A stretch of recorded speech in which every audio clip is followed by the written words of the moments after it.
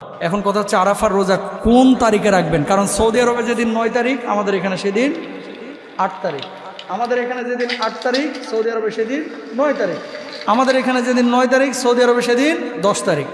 10 তারিখ কিসের দিন জানেন তো? ঈদের দিন। বলেন না 10 তারিখ কিসের দিন? রোজা রাখা হারাম কয় দিন? 5 দিন। সারা বছরে রোজা রাখা হারাম কয় দিন? আরো জোরে বলেন কয় দিন? জানেন, এগুলো তো অনেকে জানেন না। সারা বছরে 5 দিন রোজা রাখা হারাম। যেদিন রোজা রাখলে গুনাহ হবে। কি হবে? গুনাহ হবে। খুশির ঠেলায়, এশকের ঠেলায় কিছু ময় মুরব্বী আছে। আমি আমার নানিকে একবার ছোটবেলায়, মানে যখন মাদ্রাসায় পড়ি, আমি বললাম, নানি জিলহজের রোজা কয়টা রাখবা? কয় 10টা। আমাকে 10টা তো মিলবে না, 10 জিলহজ ঈদের দিন, সেদিন কি করবা? কয় পরের দিন রাখবো, 10টা তো মিলাইতেই হবে। আমি কই রোজা রাখা হারাম। এটা অনেক ময় মুরব্বীও জানে না, বুঝছেন? সারা বছরে 5 দিন রোজা রাখা হারাম, 2 ঈদের দিন আর কোরবানি ঈদের পরের কয় দিন? 3 দিন। এই 5 দিন রোজা রাখলে কি হবে? হারাম, গুনাহ হবে। সুতরাং এই 5 দিন রোজা রাখা যাবে না। এখন আপনি 9 তারিখ রোজা রাখবেন নাকি 8 তারিখ রোজা রাখবেন, এটা নিয়ে বাংলাদেশে কিন্তু প্রচণ্ড রকমের মতবিরোধ এবং ধাক্কাধাক্কি আছে।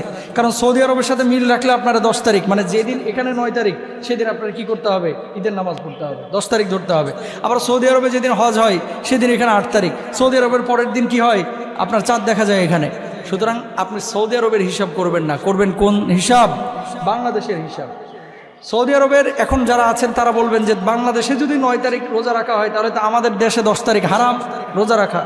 এই জন্য আপনাদেরকে বলি, আপনারা যদি 2টা রোজা রাখতে পারেন, অর্থাৎ বাংলাদেশের 8 এবং 9, তাহলে আর কোনো ঝামেলা থাকে না, 2টাই আমল হয়ে গেল ইনশাআল্লাহ। বলেন।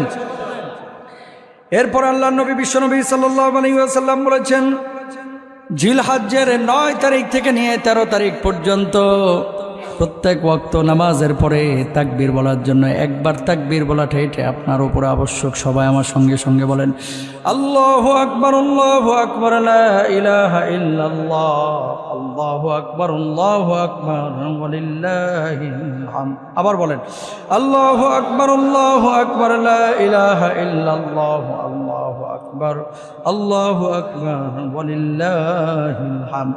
মোট 23 ওয়াক্ত নামাজ। কয় ওয়াক্ত? 23 ওয়াক্ত। 9 জিলহজ ফজরের নামাজের পর থেকে নিয়ে 13 জিলহজ আসরের নামাজ পর্যন্ত। অনেক সময় ইমাম সাহেব ভুলে যাইতে পারে, ইমাম সাহেব মানুষ, রোবট না, ভুলে যাইতে পারে, হয়তো বা বলতে মনে নাই, তখন আপনারা পেছন থেকে ইশারা করবেন, আল্লাহু আকবার, আল্লাহু আকবার, লা ইলাহা ইল্লাল্লাহ, আল্লাহু আকবার, আল্লাহু আকবার, ওয়ালিল্লাহিল হামদ। এটা আপনারা করবেন ইনশাআল্লাহ। বলেন। যারা পারেন 1 থেকে 9 তারিখ পর্যন্ত রোজা রাখবেন ইনশাআল্লাহ। বলেন।